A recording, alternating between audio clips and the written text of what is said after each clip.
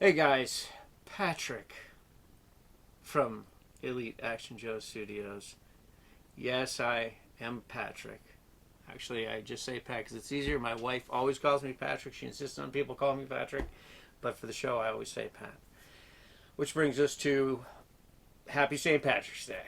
So I'm here for just to say Happy St. Patrick's Day. You see my wonderful shirt. This is my lucky St. Patrick's Day shirt. I've worn this shirt only on St. Patrick's Day for, I'm not sure exactly how many years, but I know it's been over 18.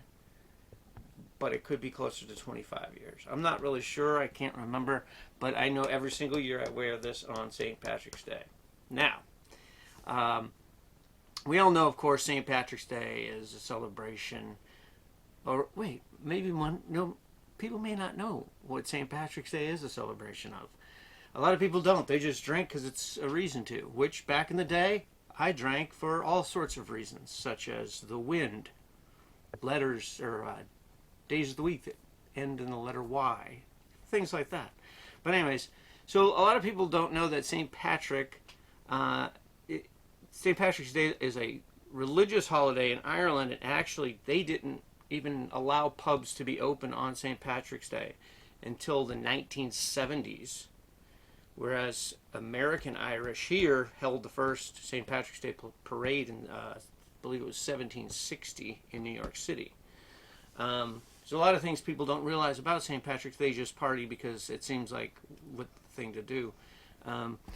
St. Patrick wasn't even Irish. People believe he was a Roman who was born in Britain. He may have been born in Scotland from Roman British parents. And the other thing about St. Patrick is he's actually not truly a saint. He is the patron saint of Ireland, but he was never canonized by the Catholic Church. But the reason for the holiday was a celebration of his passing. Not that people were happy, but that's what Irish do. When somebody passes, we get down with it and we make it worthwhile. Now, that brings us to what I want to talk about, because it brings me back to my Joes. So for many, many years, starting at probably about 16, I was a drinker, a heavy drinker. I got to the point where I realized that calling myself an Irish drunkard didn't make me really cool. It made me fudging the fact that I was an alcoholic. And so I started to sort of try to contend with the fact that I knew I had a drinking problem. And but it took me a while to really decide that that was the problem. So, anyways, many years I struggled. I tried to cut back, couldn't do it. I was always the life of the party, the center of the drinking world. I worked at a lot of bars as a bartender, as a bouncer, and through the years I struggled. I tried to quit. I couldn't quit. But finally, my younger brother Daniel, who was a big into our Irish heritage, he was actually killed by a drunk driver on Christmas morning, and that was sort of a wake-up call for me, where I was like, damn, it's things aren't cool. Now I don't paint that person who killed my brother as evil, because I know that I drank and drove, and but by the grace of God, I'm alive and I never got a DUI. I did wreck a car very badly because of drinking. Well, I was racing, but I also had a few drinks in me, which didn't help my driving skills much, and I ended up with a wrecked 1970 Chevelle wrapped 10 foot high on a telephone pole, with a piece of telephone pole sticking out of the back of my head, which is my mohawk is kind of fouled up.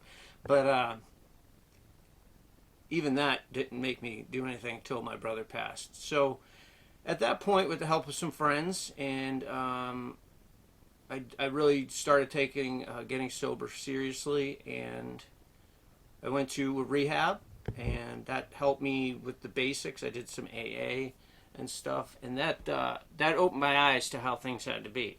Now I didn't quit completely yet. I would go long periods and then fall back into it a little bit here and there, but I was doing better. But then luckily I met my beautiful wife, who was a non-drinker, and then fatherhood was probably the biggest key for me, because every time I joke around and laugh with my boys, or one of my girls holds my hand or gives me a hug, I realize that is what is important.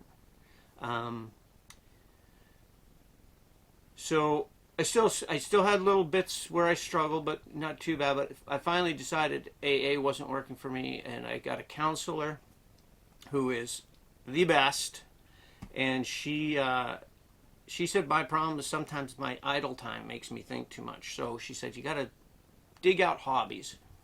So I started getting my Joes out again, the ones I had left, because I think I mentioned did I mention on the channel about being robbed? I think so, before. I had like a $10,000 toy collection that I was going to put into a store and make my own store, and I was robbed by a family member. That's a whole different video. But that didn't help me very much. I wanted to drink then, because that was upsetting. But anyways, I started getting back into it, but not quite. And that collection was mostly in package stuff. And I thought to myself, I'm not going to start collecting it again unless I can enjoy it. So I don't really collect anything in package, and that's part of the reason why. But so through my counselor, I decided to really get into enjoying the figures. Customizing is my favorite thing. Doing photo shoots, doing that kind of stuff. I also am a writer. I've written 7 books that I'm currently trying to get published.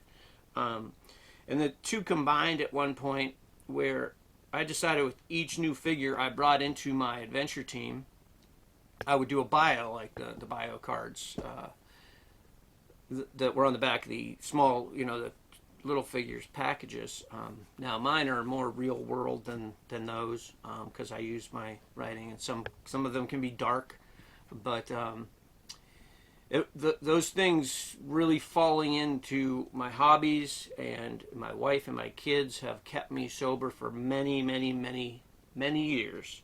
I don't like to give the amount of years, because like collecting, you should never look at somebody else and envy what they have. So I never say my years, because I don't want somebody who's new to sobriety to think, because I remember going to AA and thinking, oh God, I have like a week, and then you have these people up there, and it almost seemed like bragging, but it wasn't. They should be proud of what they have, but it seemed that way to me, that they had like 20 years, and then it would always put it on me like, oh God, I'll never make 20 years. I can't do it. So it would bring me down. So I don't like to give a time, but it's been many, many, many years, and I'm better for it. And the reason I brought this up, because I was talking to my friend Scott from Adventure Team Files, and just talking about collecting and stuff, and I said that, I mentioned some of this to him, and he said, yeah, you should do a video on that. That would be cool. And I really got thinking about that. And with the way things are today, with COVID, with the political strife, with all the insanity that's going on, I know that there's a lot more people falling to addiction, to alcohol, to drugs, plus depression. People are depressed and lonely. So what I wanted to say to wrap this up is, if you're feeling any of those things, if you're going through an addiction problem or depression because of COVID, because of all this other stuff going on, you have to take that step. You have to reach out to somebody. People care. You may not see it, but because you're hiding behind your the depression, you're hiding behind the drugs or the alcohol, and they'll mask that people care, because you're in a funk, you're in depression, and you don't want to believe that people care, so you don't see it. But reach out to a loved one, call a hotline, go to an AA meeting or an NA meeting. there's help out there, and don't get too down. And just remember, the best way to quit is don't worry about getting 5 years sober or 10 years sober. Think about one day at a time. That's what my counselor taught me. One day. And that comes from AA as well. One day. All you have to do is wake up tomorrow and don't drink or don't have a drug. Just one day. And at the end of the day, you go, huh, I did it. I made one day. And then that day doesn't matter anymore. Tomorrow matters. So when you get up that day, don't do it and go one day. And if you go one day at a time, before you know it, it'll be 5 years or 10 years or so on. But you can do it, and I promise you that. Because I never thought I could do it, and I did. So reach out if you're feeling really down. There's all kinds of help out there. So that's just what I want to talk to you about, because St. Patrick's Day is such a big drinking holiday that I know that people are partying right now.